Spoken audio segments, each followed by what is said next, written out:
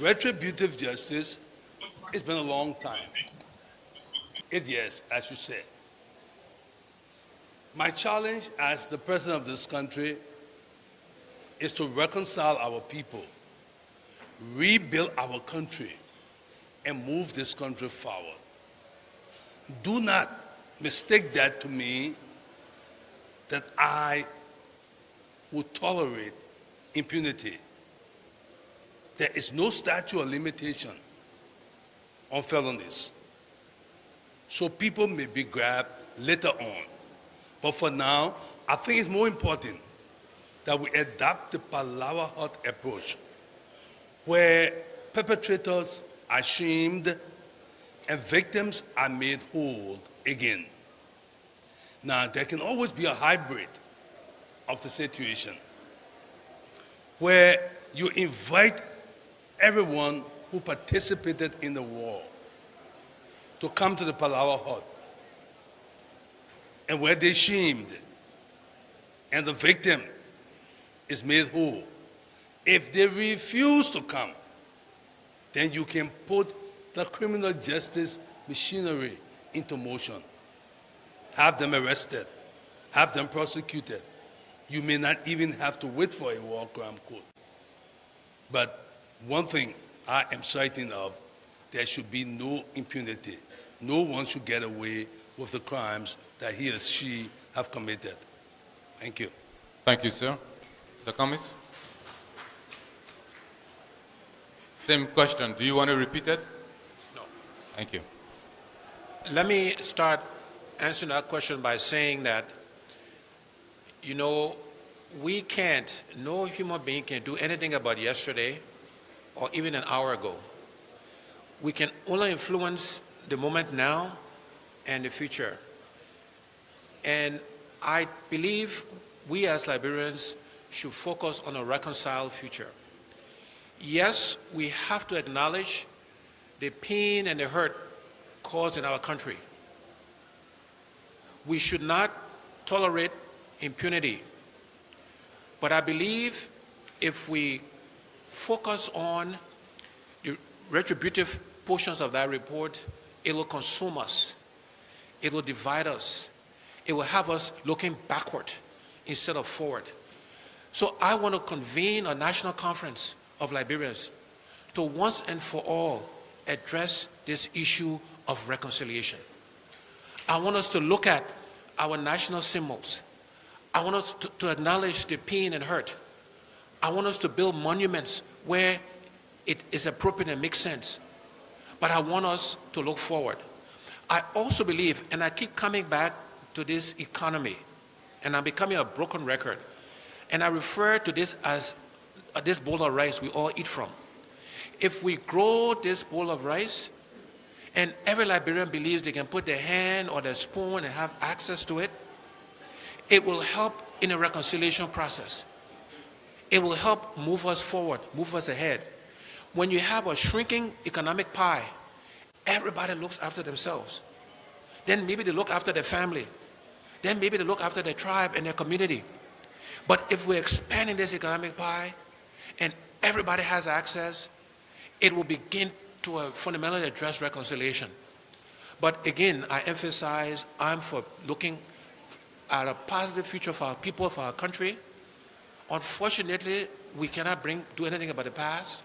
And I don't want us as a country, as a people, to get consumed because I believe it will be more divisive. So let's come together. Let's have a conference. Let's acknowledge the pain and the hurt. Let's ensure that this never happens again, that there's no more impunity for any kind of killing or malfeasance. But let's look forward, my fellow Liberians. Let's look ahead. And I think that's how we'll move Liberia forward. Thank you very much. Thank you, Mr. Cummings. Mr. Vice President.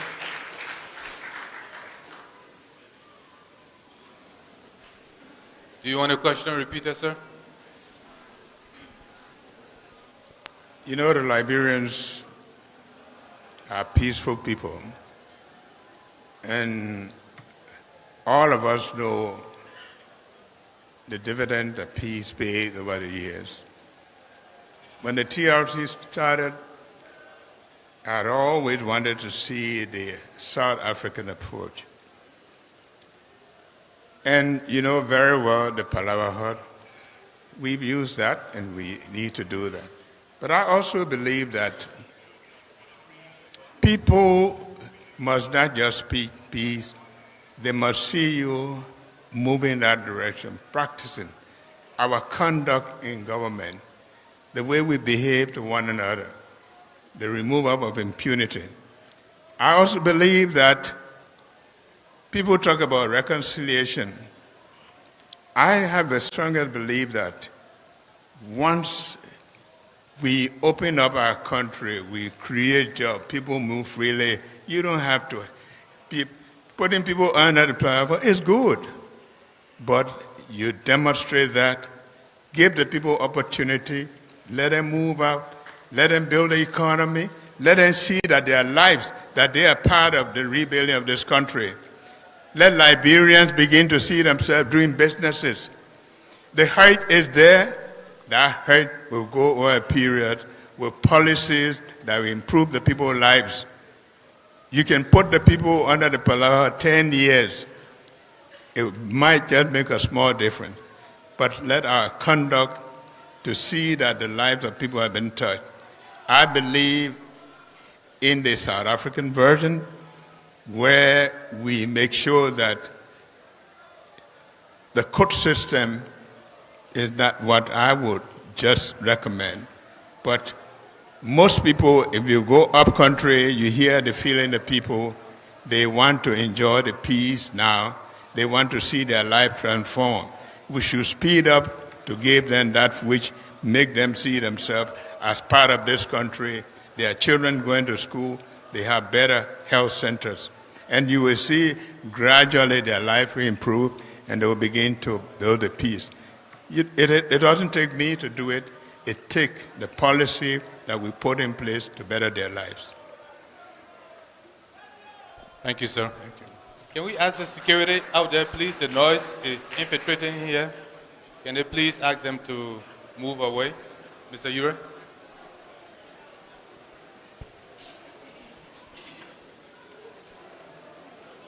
Same question.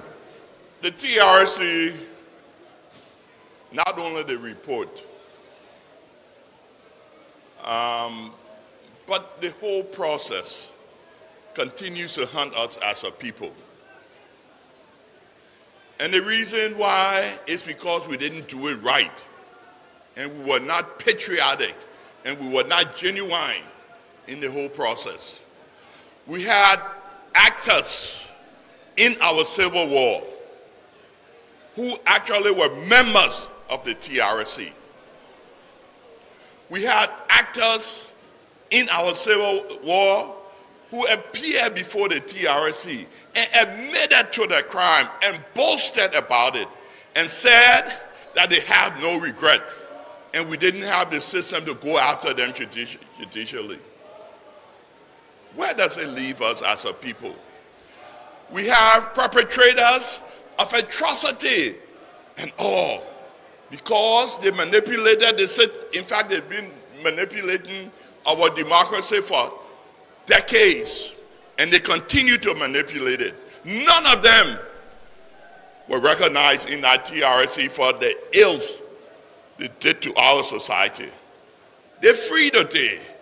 Under a Euro-Dopo-led government, we are prepared to go, be the first to any war crime tribunal to exonerate ourselves and anybody else that relates to us. But we must revisit the TRC. It must be revisited. Or we must just squash it. It must be revisited, and the people we in Liberia who've been living here, not people who just came, we know who did what in this country. And for them to be free, we say it's wrong. They always sit behind pushings and get away with it. And that's what they did with the TRC. They put all the people on the TRC to ensure that they are protected. So everybody that participates in the war must get the day in court. Finally, my people, on reconciliation, the TRC and all, I want to tell you all here today that the ALP, the All Liberian Party, has what we call the 15 months things we must do for the Liberian people. And the first one of those is that we must reconcile and unite our country. The first of it, we have recognized that the most important thing in our country is reconciliation and unity. And in between, we must provide safe drinking water, electricity, jobs, and all of that. But the last must of the ALP is that we must love one another. And it's that love that surpasses all understanding. It's the love for Liberia that brings us here today.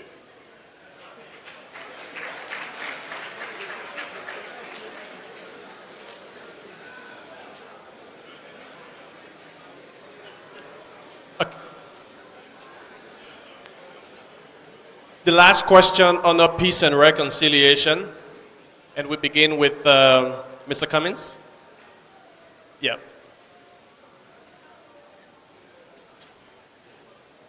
Reese, during the Civil War, we lost thousands because of ethnicity. We thought we had moved past that during the post-conflict era. But during these campaigns, the old Congo native divide was reignited. There have even been advocacy for the declaration of Liberia as a Christian state. Would you clearly condemn tribal and religious bigotry? What are your plans to heal the divide that could threaten the peace that we currently enjoy? Thank you, Boykai. You know, I would say it's been very disappointing to hear Liberians advocate this divisiveness, this divisive politics. I say to my fellow Liberians that joblessness, hunger, lack of healthcare facilities does not distinguish between Grebo, Gio, Kru, Congo. It affects all Liberians. I want to be president of all Liberians. I want to be president of Christian Liberians. I want to be president of Muslim Liberians. I want to be president of Liberians who practice their local religion. We should all deplore, given our recent history, anybody who propounds, who proposes that we think about ourselves along these divisive lines. But I say to you again, the fundamental way that we get at solving that issue is not only should we take on people who propose it, but if we're growing this bowl of rice, if we're growing this national economy, if people have jobs, if people can feed themselves, they will care less about the differences. And we can focus more on our commonality as a people, as a country. We can work better together if all of our stomachs are full, as opposed to only a few people who go to bed with their stomachs full every night. But I say unequivocally that it's extremely disheartening, extremely disappointing for those people who advocate this point of view. We as leaders should be talking about bringing ourselves together. We as leaders should be looking for solutions for all Liberians, not for any one group of Liberians. And shame on those who advocate that point of view. And we all, and I hope all my colleagues here, are advocating to be president of all Liberians and not of any one sector, religion, tribe, but of all Liberians. And this is what a coming Solontel-led administration will advocate on behalf of our people. Thank you.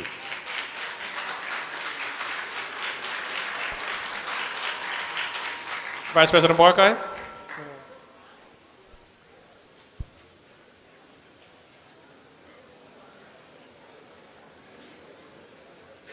I think you listen to the jingle, it tells you how I feel. I don't feel inferior to anybody, so it doesn't matter who you are. We want all Liberians with equal opportunity to contest for positions in government and elsewhere. And so I do not preach tribalism. I have gone to school with every one of these people. We all live together. So for me, tribalism is not part of my blood, and I have friends from all over. You talk about the issue of tribalism being preached. For us, we have already committed ourselves to an inclusive government, an inclusive approach to all issues that have to do with Liberia, because I don't believe in a divide and rule. Now, over the period, you've listened to statements from people.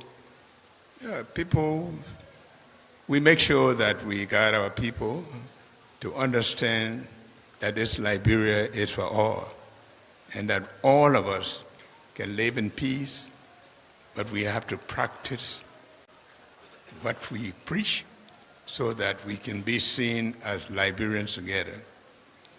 The other point, to declare Liberia a Christian state.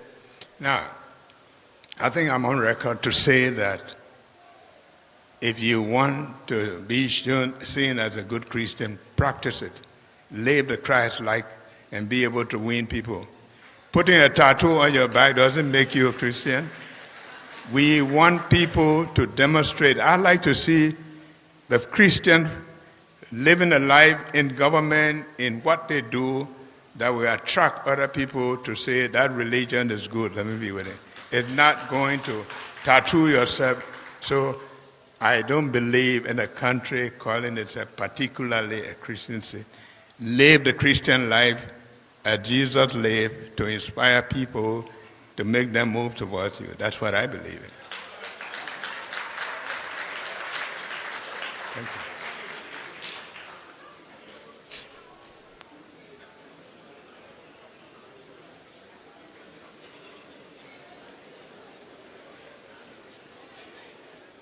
I'm going to endeavor to be as candid on this matter, as candid as possible. The issue of tribalism. I think most of us here today are referring to a poster that appeared on the internet with Vice President Boka and Ukwe calling it the indigenous ticket. But my people, we must be realistic. It is an indigenous ticket. But I can say one thing, that all my life I've known Joe Boyka, the Vice President of Liberia, and he has given me no reason to believe that he's a tribalist. Also, I've known Emmanuel Nokwe. In fact, he's a Presbyterian as I am a Presbyterian. We're from the same church. And his father was a Presbyterian preacher. He went to school with my little brother, Todi Mission. But my people, we must be cognizant of one thing. It's campaign. People would do anything to win. I gave you another example. I also, if I stand here to you today and tell you I'm indigenous, you might not believe it, but it is the fact. My mother, is a native woman, my father, a Congo man. But not only my mother, my mothers, because I had 3 mothers. Now, let's go to the religious aspect of it. Religiously, we say we'll all be surprised. We're all surprised that anyone would come up with that foolishness at this point in time in our lives. Talking about Liberia being removed from a secular state to a Christian state. But let's face it, we will expect that all our Islamic brothers will be against it, but the people who have perpetuated that, they're supporting them in this whole electoral process. So it shows that it's a mix-up thing. We will expect that all our Islamic brothers will be fighting. It will almost be a sin to Islam to support somebody who says that Liberia should be a Christian state, but we see them supporting them. So we're confused.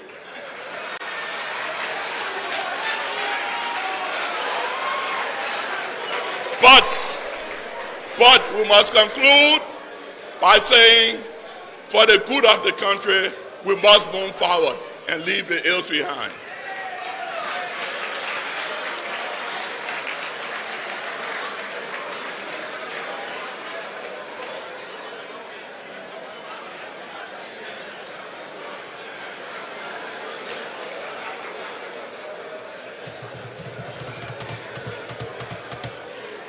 Yeah.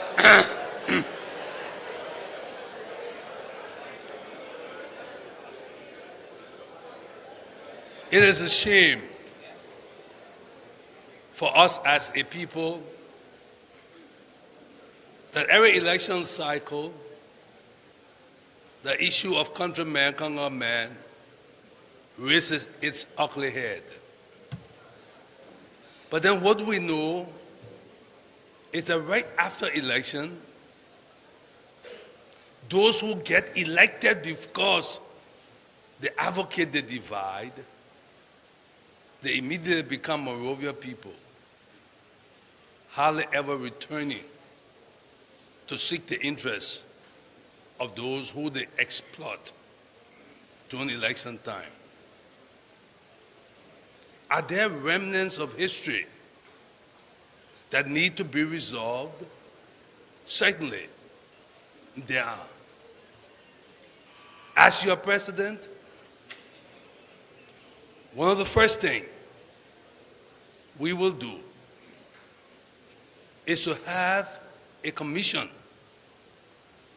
of experts from each of the ethnic groups in this country appointed, so that we can be able to trace the contribution of every ethnic group in this country.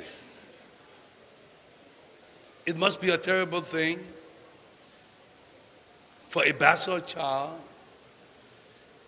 to grow up not knowing that Chief Bob Gray was referred to as by the settlers as the education chief, because he caused the settlers to sign a document with him that the bastard children would be educated in exchange for giving land. Such of history is missing. We must move away from where history is told only of settlers. And as we go forward in reconciling this country, each of us will know that our ethnic group also contributed to what Liberia is today. That will be the beginning of removing this stumbling block, this tool that is used to exploit the unwary Liberian electorate. I intend to do that, and that is a promise to the people of Liberia.